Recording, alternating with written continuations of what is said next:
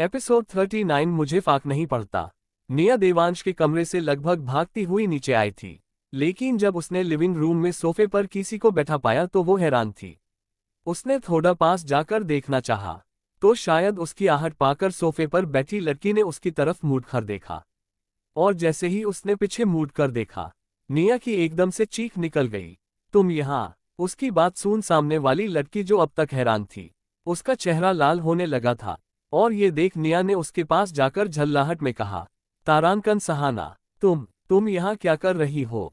और तुमने पहले कुछ क्यों नहीं बताया? क्या कायरा दी को पता है? लेकिन उससे भी बड़ी बात, तुम यहाँ ऐसे खुले में क्यों घूम रही हो? निया के सवाल सुन पहले तो सहाना डर गई थी, लेकिन फिर फुल स्पीड से उसने कहा, वो मुझे पता चला था कि आप सब यहाँ किसी बड़ी परेशानी में हैं, इसलिए मैं यहाँ आने के लिए एयरपोर्ट गई थी। लेकिन वहाँ पता चला कि यहाँ आने वाली फ्लाइट कुछ वजह से कैंसिल हो गई है, इसलिए मैं वापस जा ही रही थी कि बाहर मुझे डॉक्टर अद्वैत मिल गए और वो ही मुझे यहाँ लेकर आए हैं।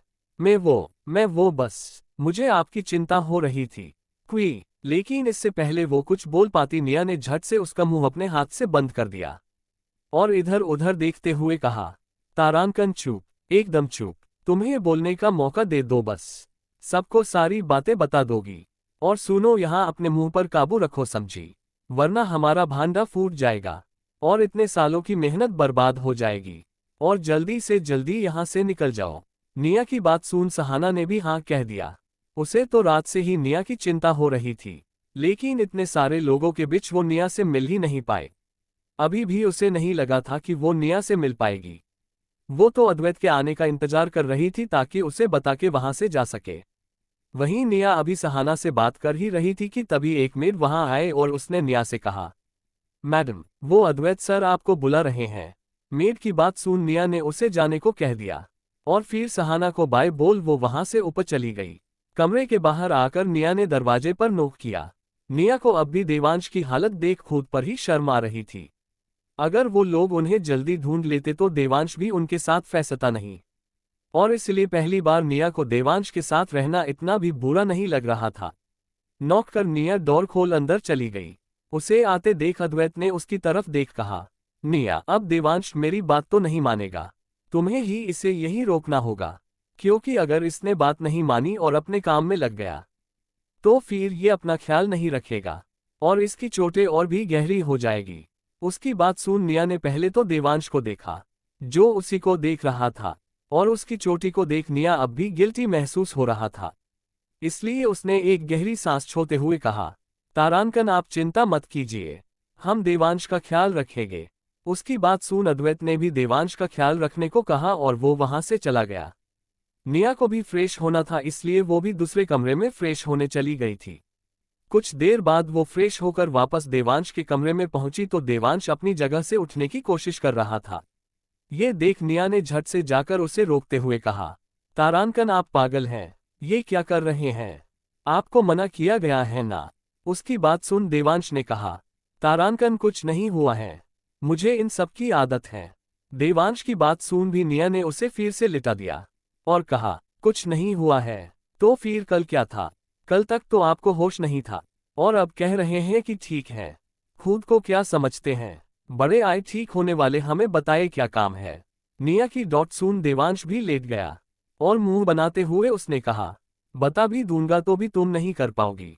उसकी बात सुन झल्लाते हुए निया ने कहा, आप क्या समझते हैं कि मुझे कुछ नहीं आता? मैं सब कर सकती हूँ, आप बताए। उसकी बात सुन देवांश ने गहरी सांस लेकर कहा, अद्वैत ने कहा है मुझे चोटों पर दवाई लगानी है, इसलिए मुझे अपनी शर्ट उतारनी होगी, बस वही कर रहा था। खैर छोड़ो, तुम ये नहीं कर सकती, मैं खुद कर लूंगा। देवांश की बात सुन निया का गुस्सा और बढ़ गया। उसने फिर से गुस्से में देवांश को देखते हुए कहा, आपको क्या लगता है मैं ये नहीं कर सकती? आपकी दवाई ही तो लगानी है, मैं क्या इतना सा काम भी नहीं कर सकती? तारांकन। तभी शरारत के बहाने देवांश ने निया को देखते हुए पूछा, ठीक है, जैसी तुम्हारी मर्जी, लेकिन तुमने कभी भी किसी आदमी को ऐसे देखा नहीं होगा ना, तो भावनाओं में बहकर मेरा फायदा मत उठा लेना। ये सुन निया को गुस्सा आ गया और वो बोली, आप समझते क्या है खुद को? मैं क्यों आपका फायदा उठाऊंगी? मैंने आप जैसे बहुत से लड़के देखे हैं, जब आप दूर थे तो मुझ पर कोई रोक नहीं थी, अब तो आपकी बॉडी का मुझ पर कोई असर नहीं होगा। ये सुन देवांश के चेहरे पर एक डेविल स्माइल आ गई थी। आखिर उसका प्लान सफल जो हो रहा था, इसलिए उसने एक शरारती मुस्कुराहट के साथ कहा, अच्छा है फिर मैं अपने कपड़े उतार रहा हूं, तुम्हें पक्का कोई फर्क नहीं पड़ेगा ना। ये सुन निया का गुस्सा और बढ़ गया और उसने कहा, नहीं। ये सुन देवांश ने एक तिरछी मुस्कुराहट के साथ अपनी शर्ट का एक बटन खोला और फिर दर्द से उसने एक आह भरी। ये सुन निया ने चिंता में पूछा, क्या हुआ? ये सुन देवांश ने कहा, शायद चोट की वजह से, मैं शायद निकाल नहीं पाऊंगा। क्या तुम मेरी मदद कर दोगी? वैसे भी तो तुम्हें कोई फर्क नहीं पड़ता है ना? तुमने तो पहले से बहुत से लड़कों को। उसकी बात पर पहले तो निया हिचकिचा रही थी, लेकिन बाद वाली बात सुन उसे गुस्सा आने लगा और उसी गुस्से में वो आगे बढ़ गई और देवांश के पास बैठकर उसके शर्ट के बटन करने लगी। लेकिन एक दो बटन खोलने के बाद देवांश की मस्क्यूलर चेस्ट उसके सामने आ गई और ये देख निया का गला सूखने लगा। वो अपनी जगह फ्रीज होकर बस देवांश की चेस्ट को ही देखे जा रही थी।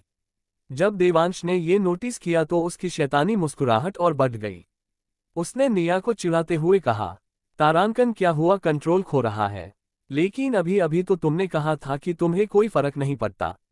ये सुन निया झट से होश में आ गई और अपनी लापरवाही पर इधर उधर देखने लगी। शर्म से उसके गाल और कान लाल हुए पड़े थे। वो देवांश से नजरें भी नहीं मिला पा रही थी। उसने वैसे ही इधर उधर देखते हुए कहा, तो वो बस। वो कुछ कहने की कोशिश कर रही थी, लेकिन उसने जब देवांश को देखा और उसकी चिढ़ाने वाली स्माइल देखी तो उसे सब समझ आ गया और उसने फिर गुस्से में कहा, तारांकन ऐसी कोई बात नहीं है, मैं अभी कर देती हूँ। ये कह वो गुस्से में आगे के बटन्स खोलने लगी, लेकिन एक एक बटन के खुलते ही उसकी धड़कनें डबल होने लगी और वो देवांश की ओर से नजरें चुराने लगी। आखिरी बटन खोलने के बाद वो फिर से खो गई और एकटक देखने लगी। उसे सच में कुछ होश नहीं था। ये देख देवांश ने खुद को संभाल, क्योंकि निया की इन हरकतों की वजह से तो कंट्रोल वो भी खो रहा था। उसने फिर से निया को छेड़ते हुए कहा, जब हर इतना ही लूज कंट्रोल है तो काम किया ही क्यों? मैंने तो पहले ही वॉर्न किया था और अब तो पंत भी। उसकी बात सुन निया का तो शर्म से मर जाने का दिल कर रहा था। उसे ऐसा लग रहा था कि धरती फैट जाए और वो उसमें समा जाए। वो शर्म से मरी जा रही थी और वहां से भागने ही वाली थी कि कोई दरवाजा खोल अंदर आते हुए बोला, बॉस मैं आ गया, मैं आपकी मदद। लेकिन सामने का नजारा देख उसे कुछ गलत होने का अंदेशा हो गया। उसने देवांश को देखा तो वो उसे खा जाने वाली नजरों से दूर रहा था, जैसे घूर घूर के ही मार डालना चाहता हो। विनय कुछ बहाना कर वहां से जाने ही वाला था कि निया ने खड़े होते हुए उससे पूछा, आप यहाँ? और ना चाहते हुए भी विनय को रोककर उसे जवाब देना पड़ा। वो बॉस के कपड़े चेंज करने थे, इसलिए उन्होंने बुलाया था। उसकी बात सुन निया ने हैरानी से देवांश को देखा और मन में कहा, तारांकन मतलब इतनी देर से ये मुझे सिर्फ चिढ़ा रहे थे। हद है, आपको तो मैं बाद में देख लूंगी, अभी यहाँ से निकलना है। ये सोच वो गुस्से में पैर पटकती हुई वहां से बाहर जाने लगी और ये देख देवांश विनय को ऐसे घूरने लगा जैसे उसे अभी खा ही जाएगा। उधर कुछ देर पहले जब निया लिविंग रूम से ऊपर के कमरे में गई थी, सहाना भी अपने रूम की तरफ ही जा रही थी। तभी कुछ दूर जाने पर उसका मोबाइल बजा और जैसे ही उसने मोबाइल देखने के लिए उठाया, कोई आगे से आकर उससे टकराया, जिससे सहाना का बैलेंस बिगड़ गया और वो गिरने लगी। सर गिरने के डर से उसने अपनी आंखें बंद कर ली थी, लेकिन तभी किसी ने उसकी कमर को पकड़ अपनी तरफ खींचा और इस वजह से उसने हैरानी से अपनी आंखें खोली तो उसके सामने उसके बेहद करीब एक हैंडसम सा चेहरा था, जिसे देख सहाना के चेहरे पर एक मुस्कुराहट छा गई और वो उसी में खो गई। लेकिन शायद वो आदमी सहाना से इरिटेट हो गया था, इसलिए उसने सहाना के सामने हाथ हिलाते हुए उससे कहा, माना कि मैं सबसे हैंडसम हूं, लेकिन तुम मेरा ऐसा फायदा नहीं उठा सकती। उद्धरण चिन्ह। उसकी बात भी जब सहाना को होश नहीं आया तो वो उससे आगे कुछ कहने ही वाला था कि उसे ऐसा कुछ दिखा कि उसने सहाना को अपनी पकड़ से आजाद किया और नीचे पड़ी एक चीज को उठाने के लिए भागते हुए कहा, हे भगवाना, तुमने मेरा प्लान तोड़ दिया, तुमने मेरे बच्चे को मार डाला।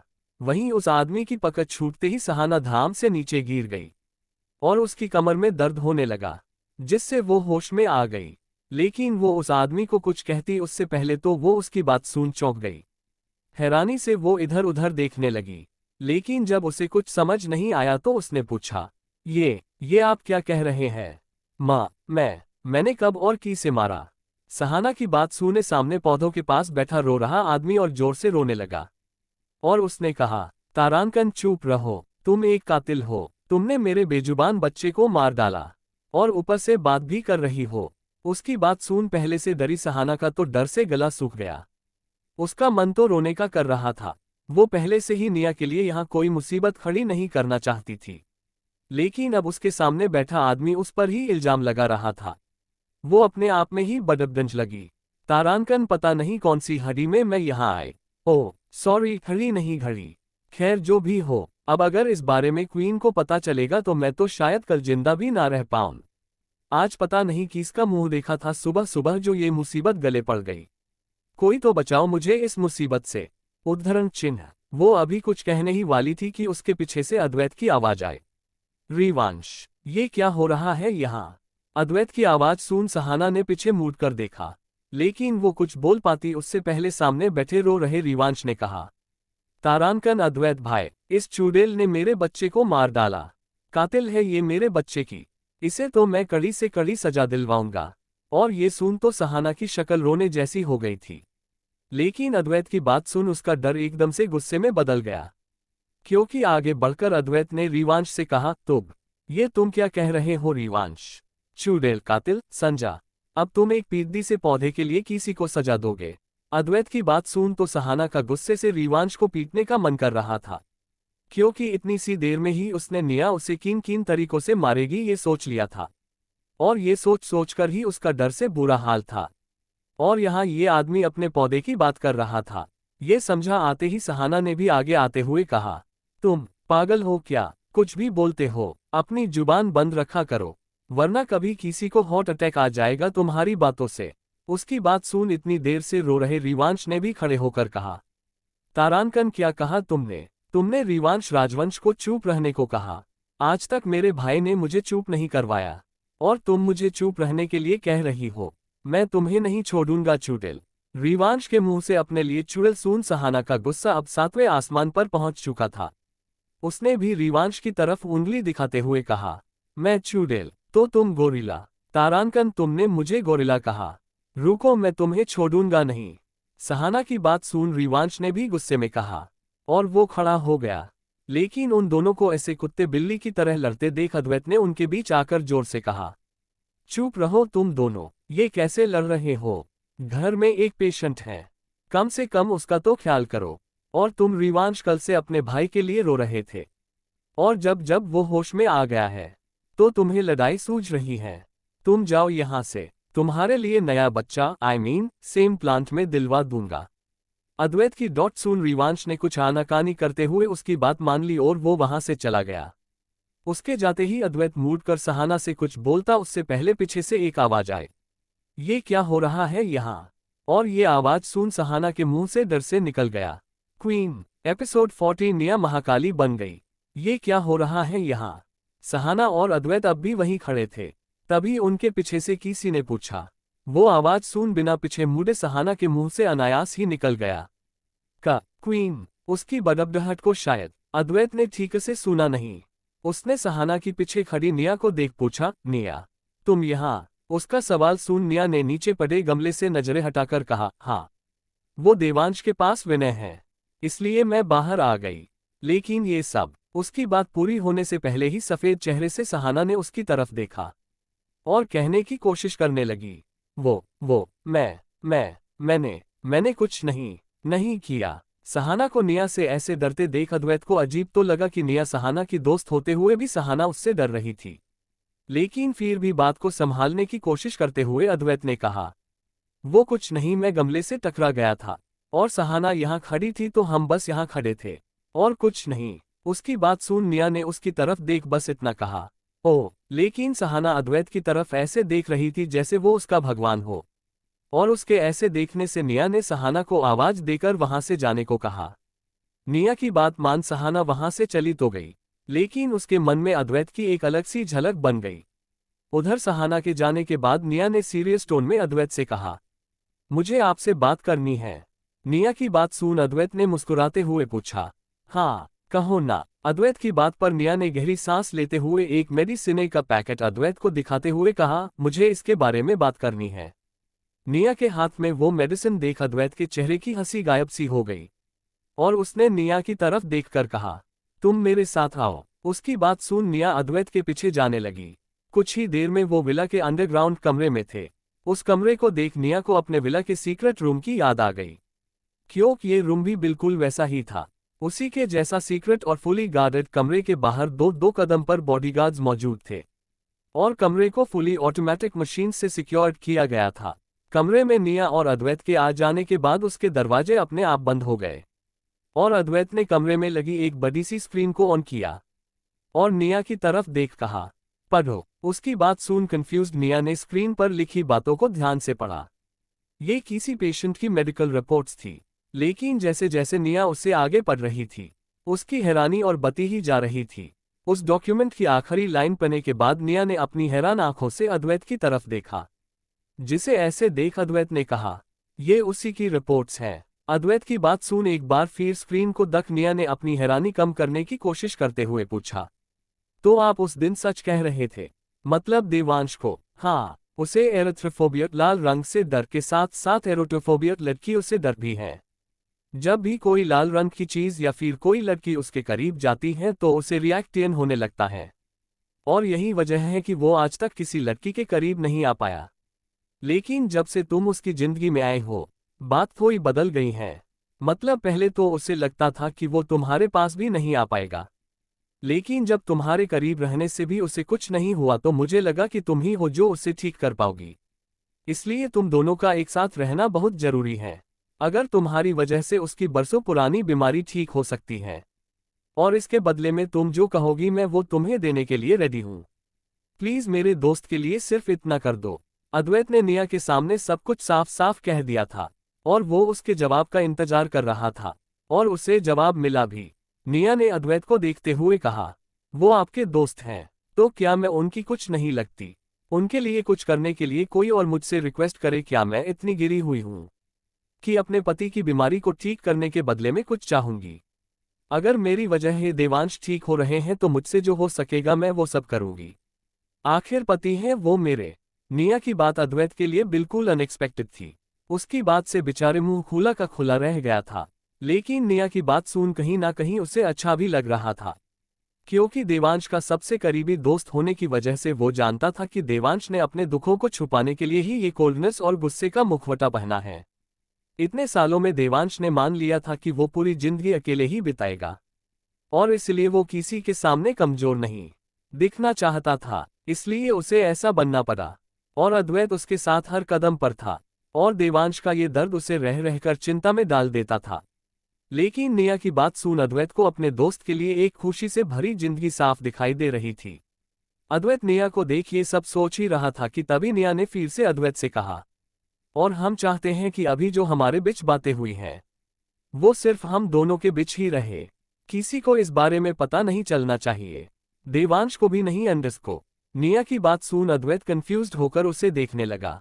ये देख निया ने गहरी सांस लेते हुए कहा, अगर उन्हें हमें ये सब बताना होता तो वो पहले ही बता देते।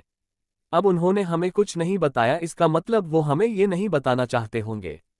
इसमें अगर उन्हें पता चलेगा कि हमें उनकी बीमारी के बारे में पता है तो हमें नहीं लगता उन्हें अच्छा लगेगा। निया की बात सुन अद्वैत ने भी कुछ सोचकर हाँ कह दिया, और ये देख निया वहां से चली गई।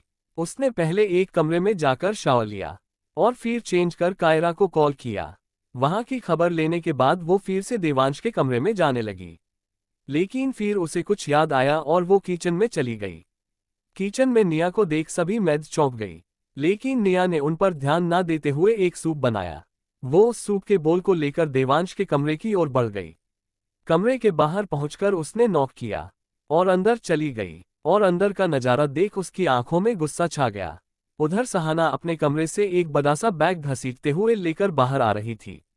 सहाना के चेहरे से ही पता चल रहा था कि उसे कितनी परेशानी हो रही थी बैग को ले जाने में।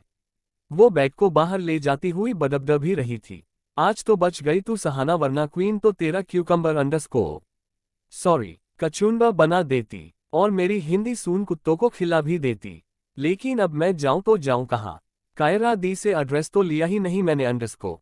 वो बड़बड़ाती हुई बैग को घसीट रही ही थी कि किसी से जा टकराए, लेकिन गिरने से पहले ही उसने खुद को और सामने वाले इंसान को बचा लिया। सहाना ने अपने सामने खड़े आदमी का हाथ पकड़ उसे बचाया था, और इस बात से वो आदमी भी शौक में था। लेकिन सहाना अपनी पलकें झपकाते हुए बोली, लगता है आज तो तेरा फेल डे है सहाना।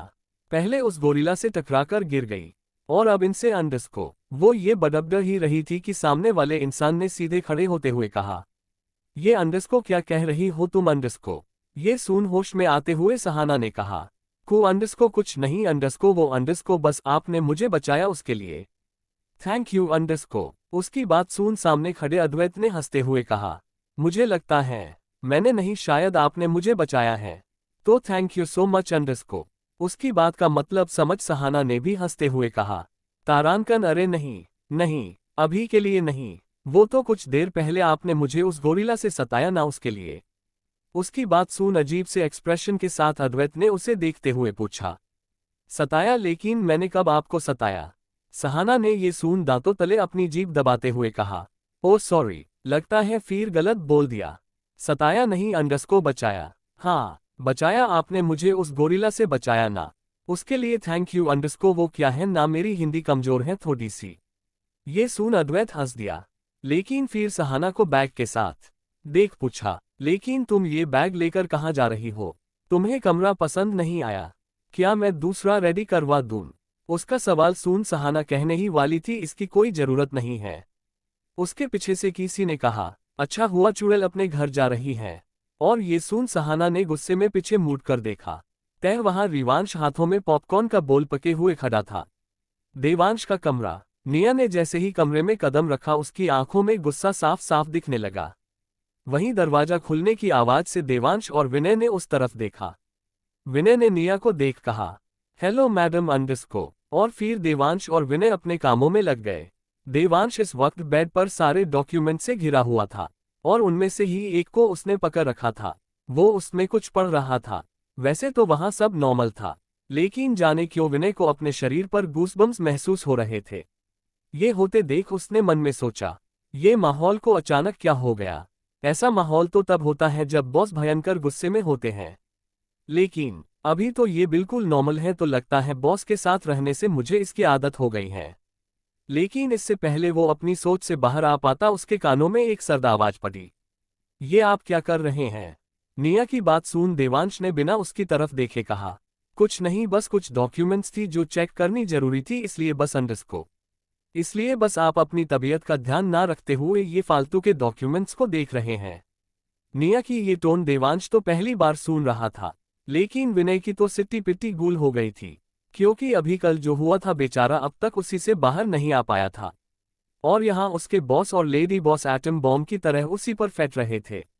निया का गुस्सा अब इतना बढ़ चुका था कि उसने अपने हाथ में पकड़ी ट्रे को साइड टेबल पर पटका और पहले से हैरान देवांश की तरफ देखते हुए कहा, तारांकन आपको काम करना है ना तो कीजिए, लेकिन उससे पहले ये बताएं, क्या आपको पता है कल आपको ढूंढने के लिए कितने लोगों ने कितनी मेहनत की है?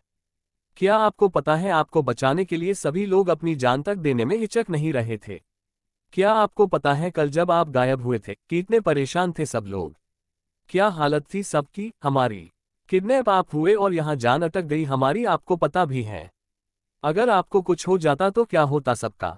क्या बताते हम मासा, दादिसा और बाकी परिवार वालों, क्या होता उनका? क्या आपने सोचा कि आपको कुछ हो जाएगा तो क्या होगा हमारा? नहीं। आप क्यों सोचने लगे? आपको तो बस एक ही चीज से प्यार है ना, काम काम और काम, अंडस को उसके सिवा दिखता क्या है आपको? उसकी ऐसी डॉट सुन देवांश का मुंह तो हैरानी से खुला का खुला रह गया था। लेकिन निया इस पर भी नहीं रुकी, उसने अब अपना रुख विनय की तरफ मोड़ लिया, जो एक कोने में दुबककर डर से निया को देखे जा रहा था। निया उसकी तरफ बढ़ते हुए उसे उंगली दिखाते हुए आगे बोली, और आपको क्या अब लिख के देना पड़ेगा? कितनी बार समझाया गया है आपको कि ये अभी तक ठीक नहीं हुए हैं, समझा के भी आपको समझ नहीं आता? उद्धरण चिन्ह। निया विनय से कहती हुई आगे बढ़ रही थी, और विनय डर के मारे पीछे हो रहा था। इस वक्त उसे निया महाकाली से कम नहीं लग रही थी, और वो कोई दानव जिसे निया एक पल में मार सकती थी। वो बस पीछे सरकते हुए इतना ही कह पा रहा था, तारांकन वो अंडस को, वो अंडस को, वो हम अंडस को हम वो। लेकिन उसकी बात को अनसुना कर निया तो अपनी ही बात में अटकी थी। तारांकन समझाने की भी क्या जरूरत? क्या आपको दिखता नहीं है कि ये अभी भी बेड पर ही हैं? क्या किसी भी एंगल से आपको ये पूरी तरह से ठीक दिख रहे हैं? नहीं ना। तो एक घायल इंसान के सामने इतनी सारी फाइल्स लाकर पटकने का क्या मतलब? क्या करना चाहते हैं आप हमारे पति के साथ? हाँ, बोलिए। माना कि इतनी बड़ी कंपनी संभालते हैं ये, लेकिन क्या अकेले यही हैं जिन्हें काम करना है? क्या कोई और नहीं कर सकता? अगर नहीं तो किस बात की सैलरी मिलती है आप सबको? इस बात की आप अपने घायल बॉस से काम करवा सके अंडरस्को? नहीं, वो हम अंडरस्को, हम बस अंडरस्को। निया के ऐसे सवालों पे सवाल पूछने से विनय की बोलती बंद हो चुकी थी। और उधर निया की ऐसी बातें सुन देवांश हक्का बक्का रह गया था। वहीं विनय को सुनाने के बाद निया देवांश के पास गई और उसके हाथ में पकड़ी फाइल को उठाते हुए देवांश के सामने लहराकर उसने कहा, और आप अंडरस्को, आप तो महान है ना। द ग्रेट देवंश राजवन अंडरस्को, जिसके एक दिन काम ना करने पर त्सुनामी आ जाएगी अंडरस्को, भूकंप आ जाएगा, धरती फैट जाएगी अंडरस्को, है ना। अगर आप एक दिन काम नहीं करोगे तो क्या होगा? बताए, क्या आपकी कंपनी डूब जाएगी? आपको क्या पता क्या हालत थी कल हमारी? जान ऐसे हलक में अटक गई थी। कितने परेशान थे हम कि कहीं आपको कुछ हो ना जाए, कहीं आपको कुछ हो गया तो क्या करेंगे हम? कैसे खुद से नजरें भी मिला पाएंगे? आप जब होश में नहीं थे कितना घबरा गए थे हम। और आप क्या कर रहे हैं? खैर, आपको क्या ही फर्क पड़ता होगा, है ना। लेकिन हमें पड़ता है। उद्धरण चिन्ह। और ये कह निया बेड से सारी फाइल्स को उठाने लगी और उठाकर विनय की तरफ बका। उसने सारी फाइल्स को विनय के हाथ में पकाया और वार्निंग लुक देते हुए कहा, अब अगर आप हमें इनके पूरी तरह से ठीक होने से पहले इन बेकार फाइल्स के साथ दिखे ना तो देख लेना फिर हम क्या करते हैं। निया की वार्निंग सुन विनय को ऐसा लगा जैसे कोई उसके गले को पके बैठा हो और किसी भी पल दबा सकता हो। इसलिए फाइल्स को पकड़ उसने निया को देख कहा, बिल्कुल नहीं बॉस के वट अंडरस्को ठीक होने तक अंडरस्को मैं फाइल्स के साथ तो क्या, बिना फाइल्स के भी नहीं दिखूंगा। और ये कह वो जल्दी से दरवाजे की तरफ भाग गया और जाते हुए उसने कहा, bye boss, bye lady boss and get well soon boss underscore. और ये कह वो दूर खोल बाहर भाग आया। कुछ दूर भागने पर वो एक जगह रुककर दीवार के सहारे खड़ा हो गया और देवांश के कमरे की तरफ झांकते हुए बोला, तारांकन बाल बाल बच गया आज तो, वरना लेडी बॉस तो मुझे कच्चा चबाने पर तुली हुई थी। उनका गुस्सा तो बॉस से भी ज्यादा खतरनाक है। आगे से बच के रहना होगा। भगवान ने भी क्या खतरनाक लोगों की जोड़ी बना दी। उन्हें पता नहीं क्या कि दो बॉम्ब्स को एक साथ रखो तो फटेगे तो दोनों ही ना, और तकलीफ होगी बाकी हम जैसे लोगों को। खैर मैं तो बच गया, लेकिन भगवान जाने अब बॉस का क्या होगा। Don't forget to like, comment, subscribe.